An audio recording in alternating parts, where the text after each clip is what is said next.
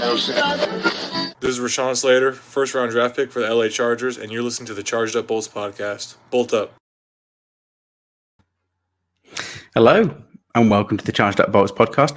I'm your host, Elliott Bermudez, and on this podcast, we bring you draft content. It's the off-season. It's the most exciting time, the season of hope for all NFL fans. We don't know who we're going to sign, who we're going to cut, trade. The free agent frenzy's coming shortly down the line. And then we have the greatest period in any NFL fan season. Sod the Super Bowl. It's the draft. Looking at all those prospects, over egging the pudding on the research and the detail, looking at the size of quarterbacks' hands. It's all coming up and it's so exciting. This is the first of a very special series of episodes that I'm going to record for you, and the team are going to join me later. They haven't joined me because they're not that asked about quarterbacks because they're Chargers fans, and we're not going to get one. We've got Justin Herbert. But these episodes aren't just for Chargers fans. These are specials available to anybody interested in the NFL, seasoned veterans of the NFL. You can join in if you're new to it and you just want to know what the draft's about and get a primer. Come join us, because we're going to talk position by position, the prospects we love. Do we think they're going to be great in the NFL? Do we think they're going to be backups, flame out, go undrafted? Are they going to get traded? We're going to talk about each positional class. There'll be a little bit for Chargers fans where we talk about the fit and the target. We're going to do some mock drafts later. We're going to research exactly who we want. But these are snippet episodes. You don't have to sit through 2 hours of NFL draft content just to know the height of the quarterback you're not going to draft. This is about bang, bang, bang. Prospects, who we love and who we hate. This first episode is about the quarterbacks, the prime position. How lucky are Chargers fans? We left Philip Rivers behind and we moved into the Justin Herbert era. On the latest episode, we talked about where we ranked him in the NFL. I had him third. I think there's an argument he's definitely top four. I'd struggle to see anyone else argue that he was lower than fifth at the very least. It's a privileged position. But out there are NFL teams striving for a quarterback to make a difference, because without one, what is your franchise? Meaningless, nothing. And what's interesting is that it is worth swinging for the fences time after time until you get the most important building block for your NFL franchise, your quarterback. We've seen teams like the Jaguars strike out, the Jets strike out year after year, struggling to get someone that can settle them down and make a legitimate charge at the playoffs. But what about the recent transactions in the NFL? We've just seen today, not today for you, today for me, a big move. The AFC West quarterback carousel, the competition in that division, in my division, is absolutely crazy. As Russell Wilson is traded for an incredible haul of Denver Bronco picks. He comes to Denver to try and take what is an elite championship defense and give the offense some momentum and traction towards competing. I think they've spent too much, but it just shows what NFL teams are willing to do, the capital they're willing to dispose of to get themselves a quarterback, a gunslinger. How lucky were we that Justin Herbert fell to us? We could have had Tua Tagovailoa on the Chargers. We didn't. Not all franchises are privileged. So if you are interested in a quarterback for your team in the 2022 NFL draft, stay with me. I'm going to analyze them. Starting off, number 5, it is the one and only Desmond Ritter. He's a quarterback out of Cincinnati. He's height 6'3", reasonable height, not too tall, probably not quite as tall as you would like in a franchise quarterback. He weighs 207. He led the Cincinnati Bearcats to a blowout over Miami of Ohio, Murray State. He had, however, some horrific games. Some of the tape is, quite frankly, not what you expect from an NFL standard. Most people seem to evaluate him as a high-level backup or potentially a low-level interim starter for someone. I've graded him as a 5th-round pick. I think it likely, given the quarterback's rise in the draft, he's going to go in the 3rd to 4th round, most likely the 3rd. I think mid-3rd is quite likely. He has some ability in the pocket to move it around, to keep it as rather than a Philip Rivers statuesque base. He can move around. He can get defenses guessing of where exactly the spot is he's going to throw the ball from. He has problems with ball security, didn't improve overtly into the 2021 season, but he does have a quality base level of skills. I think definitely mid-rounder there. Could sneak into day 3, but very likely going to rise just to get into the day 2 picks. But he had a bad off-season. Going into the draft, he didn't impress at the Senior Bowl. And I definitely don't think he's going to compete with Mac Jones, who was rated my 5th best prospect just last year. He is significantly beneath that level, which kind of gives you an idea of where this draft class of quarterbacks is. I'm going to sum it up at the end, but don't be surprised that it isn't quite as good as many of the years before. 4th overall for me, if you're looking for a quarterback in the NFL draft, is the Ole Miss QB, Matt Corral. I don't know, really, for him. I started to fall in love with him early on, and I thought this could be really a first-round pick, someone that surprises you and gets in the first round above other better and more well-known names. He did have an injury on his foot. Luckily, the x-rays were negative on the break, and quite frankly, 3,349 yards, 20 touchdowns, 5 interceptions. There were games I thought, that's a franchise quarterback. However, there were games that were quite frankly the exact opposite. He's accurate. He has a strong arm. He's developing his field vision throughout the year. I think he can be quite agile. He's more of a Joe Burrow than someone like a Cam Newton, don't get me wrong, but he's tough, strong. He's got a strong core. I don't look at him. The foot injury is a bit of a freak accident, but I don't look at him and think he's a weak, fragile, ever injured quarterback. I think that he's very likely going to be a short-term starter in the NFL who could develop into a reasonable but not elite starter. I think his ceiling isn't too low. I think he has the ability and the skill set to get into the NFL and stick in the NFL. He's just got to make sure that he doesn't commit the turnovers. He, at some points, gets a little bit sloppy. His accuracy wanes as he clearly loses stamina as he marches on through a game. And that's when he can lose a game for his team. So he's got to improve on that. He's also quite short. 6'1" is too short for a quarterback in general. He's 198. Although he does have that sturdiness about him when he's with his mobility, he isn't the biggest, most domineering kind of a quarterback. But I think he potentially could sneak into a late first round pick and surprise everyone. More likely, a solid, for me, second round pick. And someone's going to give him a chance. He could well start straight away for a franchise or potentially sit behind a veteran before becoming their starter, moving on into 2023, maybe 2024. Now, I'm going to surprise you all. My third overall rated quarterback is Pittsburgh's very own Kenny Pickett. A lot of people for a long time have had Kenny as the number 1 overall rated quarterback. And for me, I've watched more tape on him than any other quarterback, and he has stunk it up. I can't stand him. I am against this guy. I just don't see where the hype has come from. And somebody's going to waste a first round pick on him. I think a first half of the first round, someone is going to get themselves a Ryan Leaf. Or, it could happen. He's 6'3", he's 217. More recently, if you go and look at his Senior Bowl highlights, reasonable, decent, you might say. Nothing special. Certainly didn't light it up. He didn't dominate the conversation or the talent. He didn't come through off the telly and strike you as someone that was going to be a franchise quarterback picked first overall. It's just not the case. I don't know, really. He absolutely caught fire in terms of performances. He was absolutely incredible in 2021. Let's not take that away. He absolutely destroyed opponents. And Pittsburgh looked great. They beat some good teams. Clemson, Tennessee, got its first ACC championship.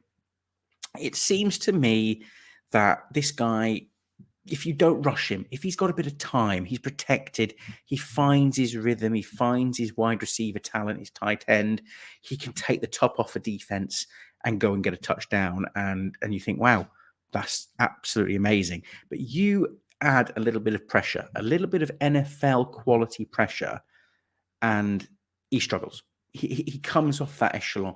4,319 yards, 42 touchdowns, just 7 interceptions. He had 5 rushing touchdowns as well. He's not going to be Lamar Jackson, don't get me wrong. But he's got the ability. I said it before, sort of Joe Burrow.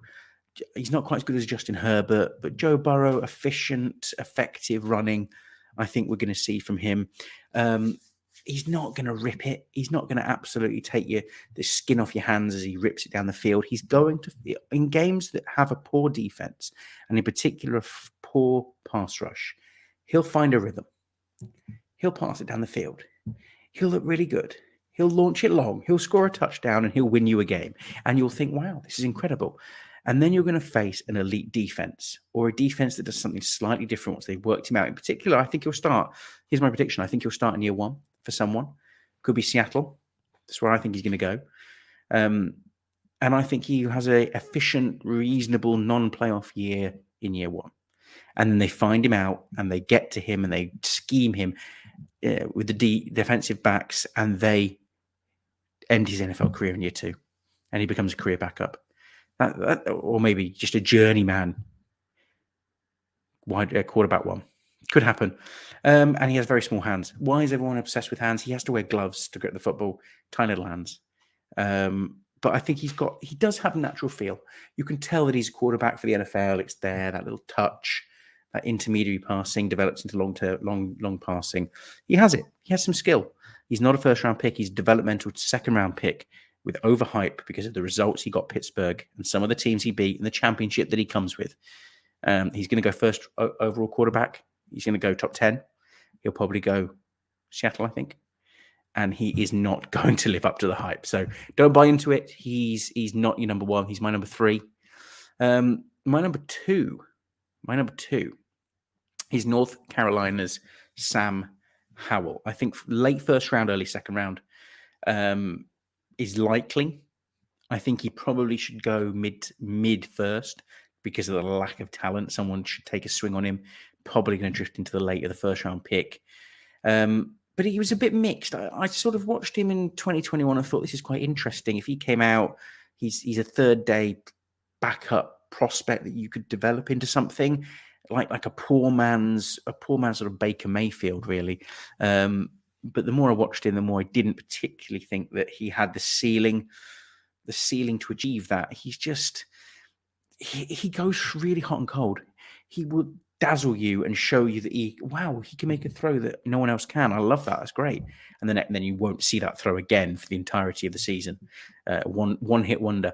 But he can lead an offense. I think he's got some accuracy, some ability, very good touch across the middle of the field, intermediate routes. I saw a lot of tight ends and some slant play, really nice touch over linebackers that hadn't dropped too deep, but they weren't pushed up all the way. And he just drops it in. Very nice. Progresses the ball down the field. He loses a lot of accuracy on the long ball. He doesn't have that part of his game. But I think he could be a reasonable starter. I think you could get him there if you give him the time.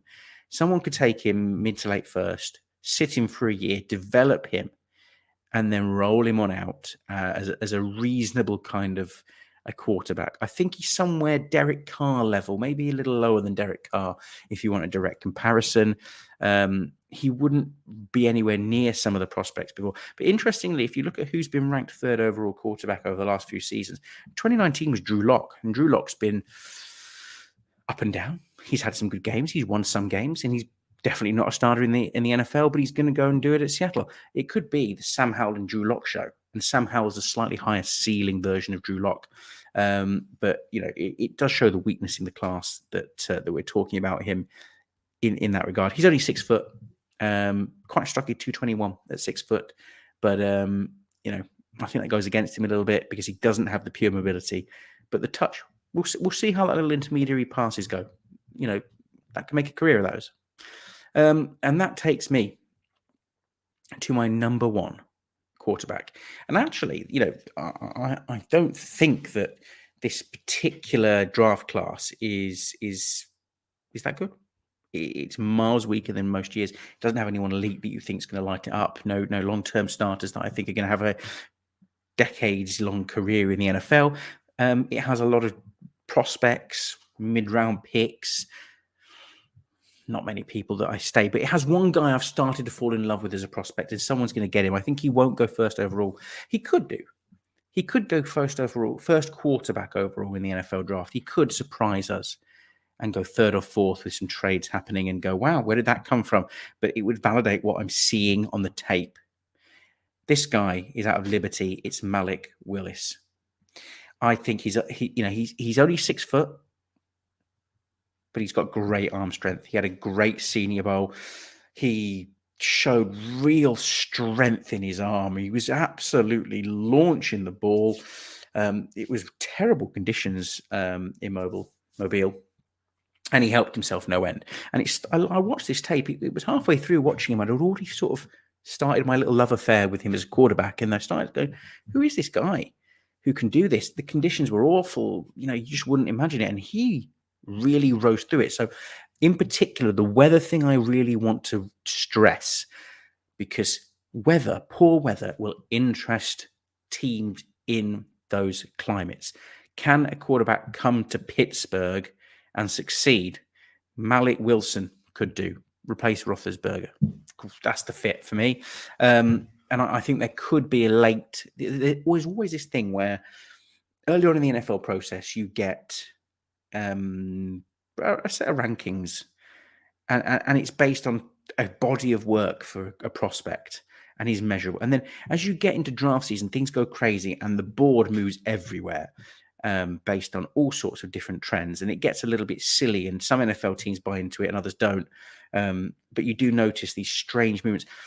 As we get nearer the draft, I wouldn't be surprised to see Malik Willis really, really generate that kind of late NFL draft hype, which is the biggest drinking from the cup of late season stupidity as you get to the draft, and they're projecting this guy's rising, this guy's falling, and there's always a guy that's out of nowhere and rises up draft boards, and people buy into it. An NFL team buys into it. So this one's justified.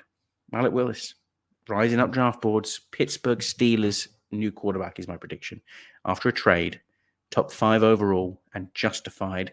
He is not going to be Justin Herbert. He is not going to be anywhere near the levels there. But I think he could be better than a Zach Wilson from last year, certainly better than Dwayne Haskins. This guy could be a reasonable, decent starter for a team in conditions that challenge. He 61% of his passes were accurate on target and caught 2,857 yards, 27 touchdowns to 12 interceptions. He rushed for 878 yards. He does have a really good knack of holding onto the football. He doesn't commit particular turnovers. He got a bit stupid in sort of the October, November time when he was clearly in. This is interesting because you have to dive in a prospect. You have to dive into what the numbers mean. What are the numbers? Just do you take them as face value, or do you go and look at why they happened? He has 12 turnovers, which seems high, but actually when you look at it, he's a really good and cautious thrower. He finds pockets. He avoids risk. Overt risk. And when you look at him, why has he got 12 turnovers? Because he had these silly games. He had these silly games where he tried to force it down the field and show off when he was getting ahead in games, and it resulted in stupid interceptions. And some really good interceptions. When we talk about the defenses, there's going to be a lot of talk about the people that picked off Willis and why they were quite significantly decent NFL talent. And that actually means Willis, if he can control his urge to go for the deep bomb, then that'll help him in his NFL career. The other thing, he's got heaps of talent. He speaks well. I've heard a lot of rumors recently that he's impressed people at the combine. He comes across as a true leader, this leader of men who is calm and a passionate lover of the game, and has a skill set. He needs to be better as just standing in there and delivering a football with touch and accuracy down the middle of the field. The day-to-day passes where you aren't maneuvering around the pocket. You're just staying there and getting ready for your tight end or your wide receiver to come across on a slant, and you're delivering the football over a linebacker's head, or picking a pass down a channel, or finding a soft zone. And he needs to develop that. But what he's really good at is mobility and getting out of the pocket and launching the ball down the field, using his legs to do it. And if he can just take that natural desire to just sling it, just launch it, I think he'll be okay. I think he'll be a reasonable NFL starter. And I reiterate, weather's interesting. I just loved seeing the way the power he puts on the ball in difficult conditions shows that he could well suit a team who's willing to spend extra draft capital to get him somewhere, like Pittsburgh. Makes sense. It's a good fit. Kind of name you expect to be a Pittsburgh quarterback. Roethlisberger to Willis. Makes sense. Look, guys, in summary, it is not a strong quarterback class. This is not the year you truly want to go and get a franchise quarterback to sell shirts and deliver Super Bowls. It isn't. I'm just being honest with you. If you're listening to this and you're not a Chargers fan and you need a quarterback, I'm sorry. You didn't get Justin Herbert. You didn't get one of the guys from previous years. Previous amazing quarterback draft. We've got Burrow, Mahomes, Herbert, Allen. There's a good core to replace the Rivers, Brady, Roethlisberger, Mannings of this world. Rodgers, when he goes. If he just go, please just go. 18 years. No, you need to go. But this quarterback class is not strong. It's distinctly average. There's some good backups. There's some good developmental talent I could see lingering as backups. There's some players that I could see being journeymen. There's one guy I could see potentially with the ability to develop into a starter. But it's not great. It's not a great year to go trading like Seattle have. Like the Broncos have given it all away. Seattle now don't have a quarterback. They're going to be fishing around. 9th pick. It's dangerous. They've got the capital to go and get someone. And then you've ended up spending multiple years, first round picks for multiple years to go and get someone that is nowhere near the talent level you'd want to spend that draft capital on. But ultimately, that is the end. That is your little summary. 20 minutes to talk through the draft. Quarterbacks. I know Chargers fans, we don't need one. We don't need one. You never know. Telesco might throw out a late round pick, but we're not looking. We're looking at the top. The guys, the kind of names you're going to see going in day 1 and day 2, maybe into day 3, early doors. And the Chargers, I don't think are going to touch any of these guys. Just feel grateful, Chargers fans, that you have listened. Thank you for listening. You've listened to this podcast, all about quarterbacks. You've watched this video if you're watching on YouTube or on Facebook. And you don't have to worry. You don't have to worry about the quarterbacks coming in the NFL draft because you've got one in Justin Herbert. And I apologize to the rest of the NFL, all those teams that don't have one, that are seeking. Tampa Bay, unlucky mate. Tom Brady's let you down, disappeared, left you with a big cap hit to saddle on, like the mules carrying the load. He's left you with that. But ultimately, this is a difficult period for teams needing to go and get quarterbacks. But look, let's see about my predictions. I'm going to say top 5 for Willis. Pickett's going to be top 10. Top 10, I think, is probably reasonable. 9 to Seattle, perhaps. Maybe a little higher than that. And then we're going to see the rest of the guys late 1 into 2 and day 3 picks. So don't expect too much from your quarterbacks. Guys, we're going to have special episodes coming up. Running back, wide receiver, they're coming up. And we're going to go through every position. We're going to give you primers, whether you support the Chargers, whether you're just an NFL fan. You will know the top 5. And the other guys have abandoned me. Can I shout out? You guys have abandoned me tonight. They're like, Chargers don't need a quarterback. We're not going to talk about quarterbacks. It's not about that. It's about spreading knowledge, about spreading opinion, spreading the kind of intel that gives you the best experience through the off-season and into the draft. I am Elliott Bermudez for the Charged Up Bolts podcast. It's the off-season. Bolt up.